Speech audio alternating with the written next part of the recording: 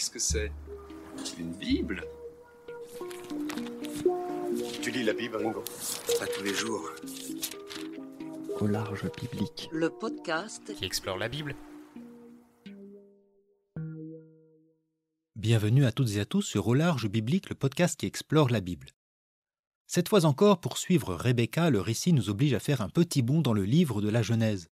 En effet, le long trajet des fiançailles s'est achevé pour Rebecca comme s'achève par la suite la vie d'Abraham. Les épisodes précédents nous ont permis de découvrir ce personnage de Rebecca qui, sous les traits du rédacteur, montrait bien des ressemblances avec le destin d'Abraham.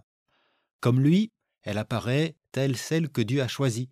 Comme lui, elle a quitté son pays, sa parenté, la maison de son père. Comme Abraham, la venue en Canaan s'ouvre maintenant aussi avec le temps des épreuves pour Rebecca. Et comme Abraham et Sarah, elle connaît ici le drame de la stérilité et du conflit à l'intérieur du clan. C'est dans un contexte nouveau que va donc se jouer une double scène concernant les enfants du couple. Avec cet épisode, nous écouterons l'annonce de leur naissance et de leur avenir et nous goûterons avec l'épisode suivant ce fameux plat de lentilles pour lequel Ésaü aurait vendu son droit d'aînesse.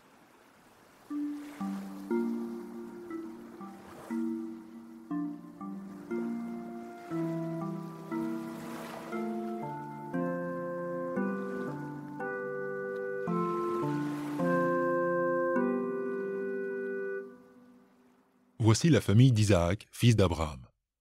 Après qu'Abraham eut engendré Isaac, celui-ci à 40 ans, prit pour femme Rebecca, fille de Bethuel, l'araméen de la plaine d'Aram et sœur de Laban l'araméen.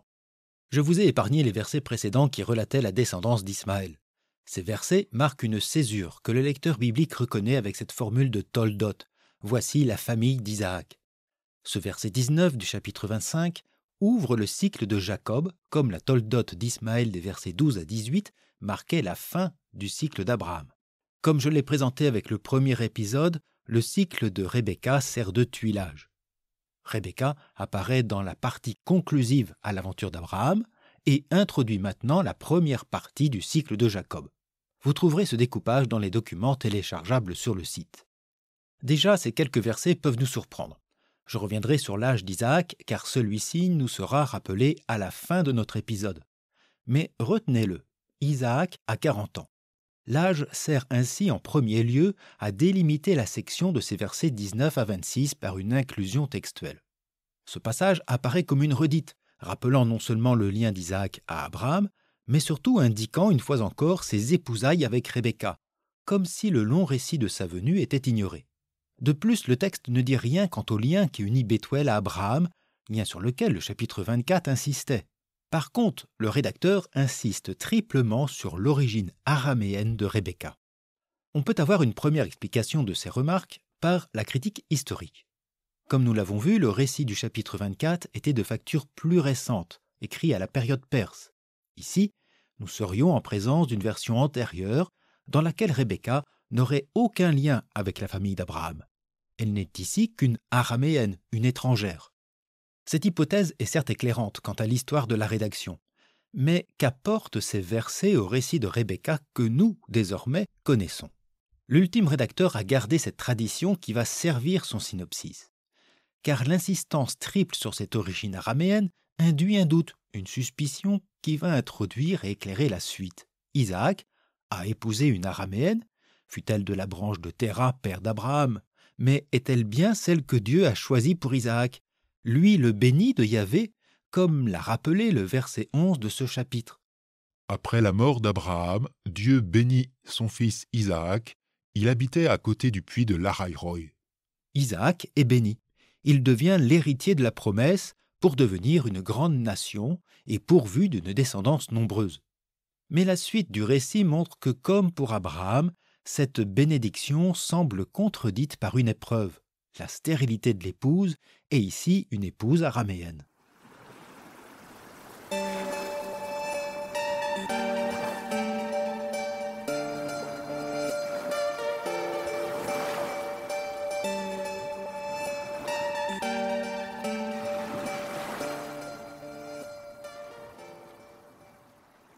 Isaac implora le Seigneur pour sa femme car elle était stérile. Le Seigneur l'exauça. Sa femme Rebecca devint enceinte, mais ses fils se heurtaient en son sein et elle s'écria S'il en est ainsi, pourquoi faut-il que cela m'arrive ? La stérilité de l'épouse est un motif redondant dans le livre de la Genèse, comme aussi dans d'autres passages bibliques. On peut penser au cas de Sarah, ou plus tard celui de Rachel, comme aussi à la situation de Anne, mère de Samuel, dans le premier livre du même nom. Les situations bibliques évoquent souvent cette situation où la stérilité provient d'une malédiction divine, ou du moins est perçue comme telle. À l'inverse, la fertilité était reconnue pour être une bénédiction. Telle était la réflexion que se faisait Sarah. Voici que le Seigneur m'a empêché d'enfanter. Or, les récits bibliques viennent dénoncer cette représentation injuste. La stérilité n'est pas du fait de Dieu qui ne méprise pas ces femmes, plus victimes que coupables. En leur venant en aide, il répond à leur attente et les sort du mépris. Bien plus, en offrant un destin prometteur à l'enfant, il montre une fois encore que l'élection advient là où on ne l'attend pas. Dans un premier temps, le problème de la stérilité de Rebecca est d'ailleurs résolu très rapidement. Beaucoup plus rapidement que pour Sarah et Abraham. Isaac implore le Seigneur exauce favorablement Isaac en faveur de Rebecca. Il est d'ailleurs intéressant de noter que l'initiative de l'intercession provient ici de l'époux, contrairement au schéma habituel qui nous fait entendre la plainte ou la prière de l'épouse. Et si, en Genèse 15, Abraham se plaint de l'absence de descendants, il ne faisait nullement référence explicite à Sarah, et ses paroles tenaient davantage du reproche. « Voici que tu ne m'as pas donné de descendance, et c'est un membre de ma maison qui doit hériter de moi. » Ici, Isaac intervient en faveur de Rebecca, et littéralement on pourrait aussi traduire « en face, en présence de Rebecca ». Le texte use du verbe hébreu « atar », qui appartient au vocabulaire de la prière, dans un cadre religieux, comme pour qualifier la prière de Moïse lors des plaies d'Égypte. Le rédacteur montre ici qu'il n'est pas question que l'histoire d'Isaac répète celle de ses parents avec une autre Agar. De fait, la situation est elle aussi différente. Si Sarah était avancée en âge, Rebecca, quant à elle, est jeune. Et surtout, le chapitre 24 nous l'a présenté à Isaac comme l'épouse choisie par Dieu. Ce dernier se serait-il trompé ? Reviendrait-il sur cette élection en raison de l'origine araméenne de cette épouse ? Là où certains y verraient justement une corrélation, l'auteur, en accentuant précédemment l'identité araméenne de Rebecca, montre combien le Seigneur accorde toute sa faveur à celle-ci. À la prière aimante de son époux répond la grâce de Dieu envers l'araméenne. On pourrait penser que la grossesse de Rebecca soit ainsi l'indication qu'il confirme son choix. Mais, rebondissement, l'affaire se complique. La grossesse de Rebecca est si difficile qu'elle s'exclame « S'il en est ainsi, pourquoi faut-il que cela m'arrive ?» Le texte nous informe que Rebecca attend des jumeaux. Certes, sa stérilité s'est mue en double fécondité, mais les heurts, l'écrasement mutuel des enfants montrent que tout n'est pas de l'ordre de la bénédiction. Pour mieux saisir ces paroles, il faut aussi se remettre en mémoire le lourd risque de la mortalité infantile et celle de la parturiente qui s'accroît aussi avec la naissance de jumeaux rarement viables. Le cri de Rebecca fait craindre un drame, mais remet aussi en cause cette faveur divine. Pourquoi cela m'arrive ? Rebecca est dans l'incompréhension. Effectivement, on peut avoir l'impression d'une malédiction, amenant souffrance et mort, encore plus grande que la stérilité. Dieu lui a-t-il fait la faveur d'être doublement mère, ou bien l'a-t-il maudite davantage ? À la lumière de Genèse 24, aux fiançailles araméennes, cette situation dramatique remet en cause son élection divine qu'elle n'a entendue que du serviteur. De plus, cela contredit la bénédiction reçue des siens qui ne tient pas ses promesses avec ce Dieu Yahvé. Vous vous rappelez que sa famille lui souhaitait, avec une myriade de fils, que ta descendance occupe la porte de ses adversaires. Or, ironiquement et dramatiquement, c'est sa descendance elle-même qui est dans le conflit et l'adversité. Ce n'est pas seulement le risque de la maternité qui se joue, que l'avenir de la promesse. Cette souffrance relate un conflit fraternel et territorial. Les enfants s'écrasent, se heurtent en son sein. Alors, que devient la promesse divine ?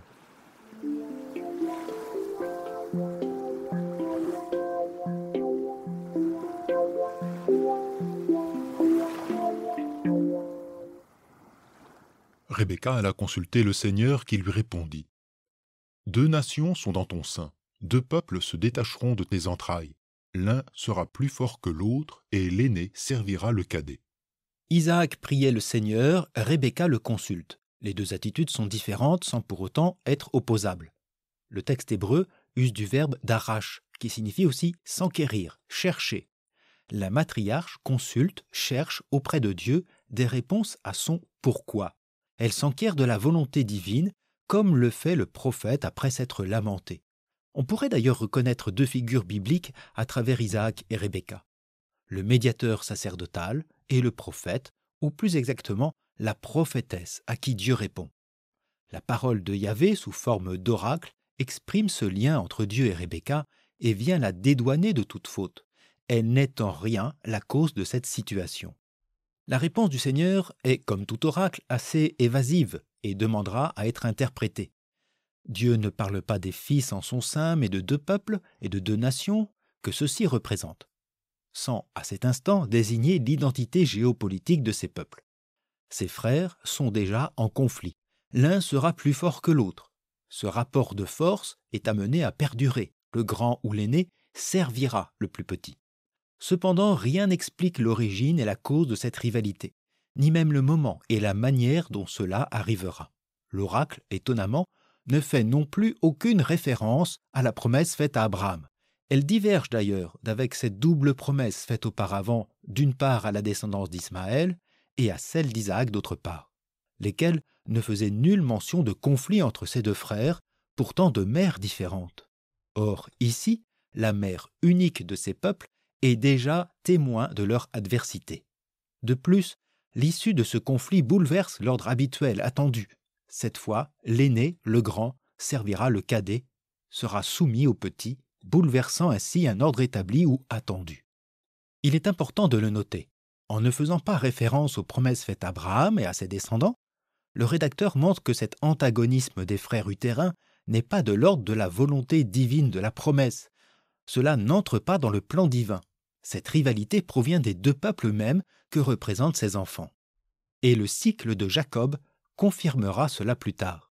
Il s'agit bien d'un oracle qui, comme souvent dans la littérature prophétique, annonce un avenir résultant de l'attitude des antagonistes. Seul l'enjeu du conflit nous est ici délivré sans explication d'ailleurs. Il s'agit d'une lutte entre l'aîné et le cadet, lutte de pouvoir d'autant plus sensible pour le cas de jumeaux. La Bible nous a déjà raconté ce genre de conflit fraternel dramatique, avec le meurtre d'Abel par Caïn. Et par la suite, au chapitre 38 de la Genèse, on pourra encore observer une compétition entre les nouveau-nés jumeaux, fils de Tamar et Juda. Ici, Rebecca entend cet oracle inexplicable et inexpliqué et terrible pour une mère, apprendre la division et le conflit entre ses frères utérins et jumeaux que tout devrait unir. Deux enfants s'affrontent l'un l'autre avec force au sein du même ventre maternel, lutte dont l'issue sera la domination de l'un sur l'autre.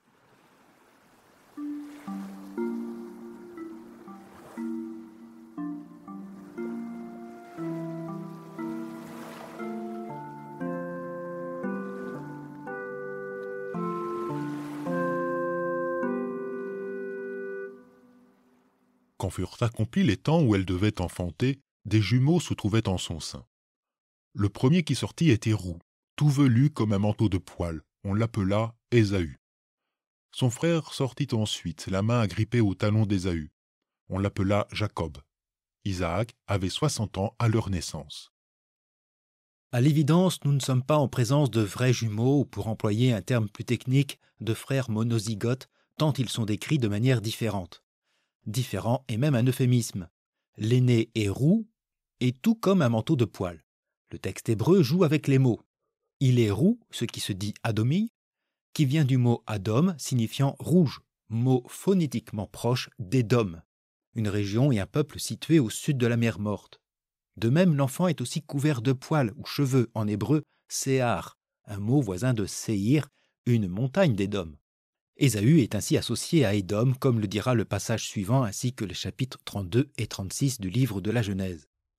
Mais à cet instant, il n'est pas encore question de désigner de manière explicite ces deux enfants comme deux peuples précis. Et nous verrons avec le prochain épisode que cette distinction Ésaü-Édom et Jacob-Israël est plutôt réductrice. Le récit soulève aussi une autre interrogation. Les enfants sont-ils appréciés ou dépréciés en raison de leur description physique ? Ésaü est roux et tout velu, comme un manteau de poil. Cette description du nourrisson pourrait rappeler le bestial et velu Enkidu du mythe du fameux roi civilisé Gilgamesh. La description d'Ésaü viserait alors à le déprécier vis-à-vis de son frère. Mais rien n'est moins sûr. Le regard sur la pilosité à l'époque du rédacteur ne rejoint pas les préjugés traditionnels qu'on peut entendre sur les personnes rousses ou fournies en pilosité aujourd'hui. De fait, dans la Bible, les cheveux roux peuvent nous renvoyer au jeune David, loué pour sa beauté, comme à son fils Absalom dont les poils de sa chevelure faisaient l'admiration de tous. La comparaison avec un manteau de poils renvoie d'ailleurs à un riche vêtement, ou encore à l'habit du prophète Élie. En soi, aucun de ces éléments ne viendrait dépeindre négativement l'enfant Ésaü. Au contraire, il semble gâté par la nature. De plus, Ésaü arrive le premier, en tête. Est-il ce plus fort suivi de près, très près, par celui qui le talonne? Contrairement à son frère, le récit ne décrit pas physiquement le cadet. Pas même un caractère de beauté. Il passerait presque inaperçu, compté pour rien. Le récit souligne seulement sa naissance rapprochée, quasi simultanée avec son jumeau, d'où son nom, Jacob, Yaakov, celui qui talonne, qui tient le talon, en hébreu akev, le verbe akav, qui signifie aussi retenir ou tromper. Jacob semble talonner son frère pour le supplanter. Ou bien talonne-t-il ce frère parce que celui-ci vient de gagner en arrivant le premier? L'oracle divin s'est-il déjà accompli ou devrons-nous encore attendre? Le récit à cet instant ne nous en dit rien, comme il n'avait rien dit de la manière dont l'un dominera l'autre, ni sur le moment, ni sur la cause, ni si cela amènera une situation bénéfique ou non. Même Dieu ne s'est pas prononcé à ce propos. Ici, ces deux enfants sont décrits de manière différente et en lutte dès le sein de leur mère et leur venue au monde. Une opposition qui ne fait que commencer entre ces faux jumeaux qui nous apparaissent déjà comme des faux frères.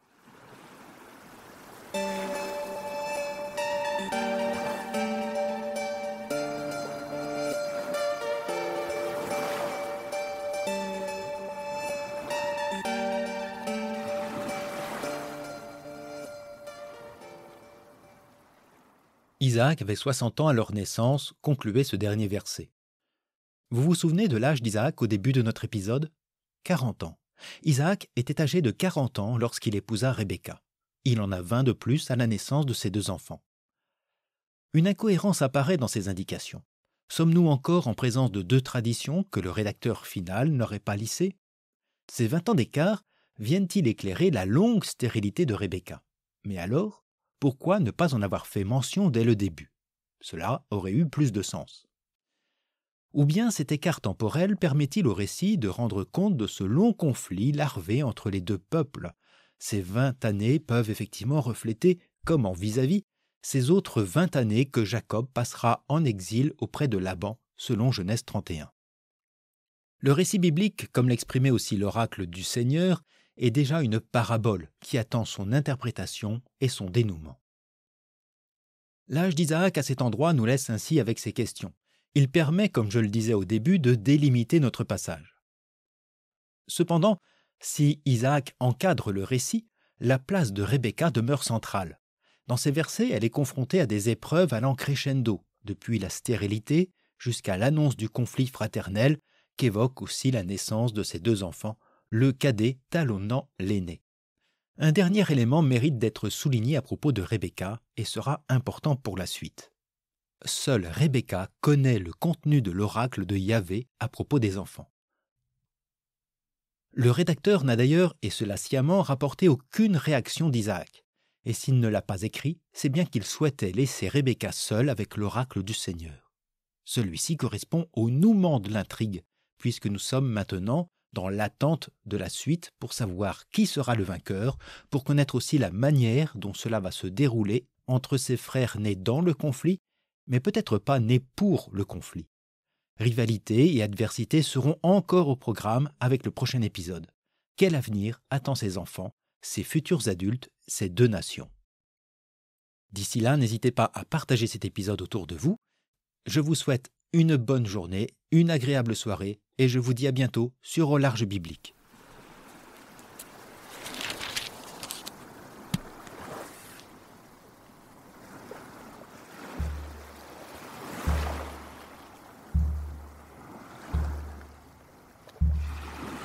Au large biblique est un podcast créé et animé par François Bessonnet, prêtre et bibliste.